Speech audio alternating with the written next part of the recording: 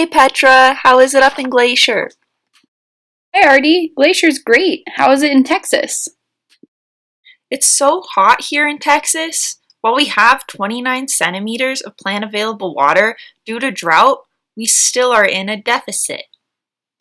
What about the water in Glacier, Petra? Wow, I can't imagine being in a deficit, Artie. Up here in Glacier, we have 30 centimeters of plant available water. And to be fair, we don't have as much organic matter because a lot of the Noonie series, which is where I live, consists of steep cirque headwalls and steep slopes. So it's a good thing I have my favorite raincoat because we get a lot of precipitation. Also, Glacier National Park sits on the Continental Divide, and we get warm, wet air from the Pacific and cold, dry air from the Arctic, so there's a huge mix of weather. But even with all that precip, because of anthropogenic climate destabilization, glaciers here are receding, and the warm weather is making all of the pikas move higher and higher up onto the mountain, until soon there won't be anywhere for my friends and I to go, and we will die because that's called the bottleneck effect, and I don't want that to happen, so please, please, please recycle.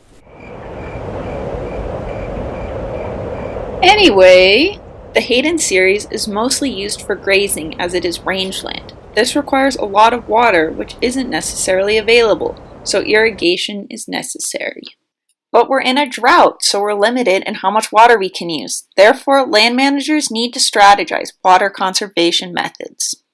Land managers need to moderate where livestock grazes to help maintain soil and biodiversity. We have too many cows. oh, Artie, it's my dream to see a cow someday. They look so cute. All we have here are ungulates, though. I've really enjoyed reading a book about Glacier. Sometimes I sit and I read until it's dark, and then I watch the stars. I learned in my book that the Noonie series is 60% rocks, and the structure is subangular, blocky, and granular. That doesn't sound very fancy, but it's definitely a big reason why the water holding capacity is lower than probably your soil. And there's a lot of pore space in between the soil, and so water just runs right through it.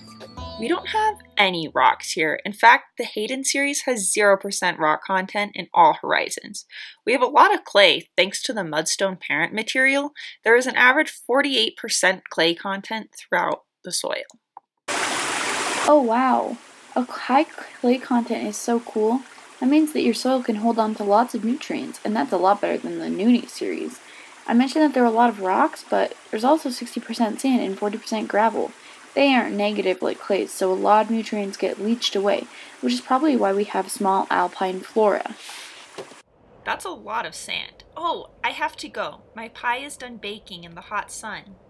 Bye, Artie. It was really good to talk to you. Maybe next time we can FaceTime. Yeah, and maybe we could even dig a soil pit.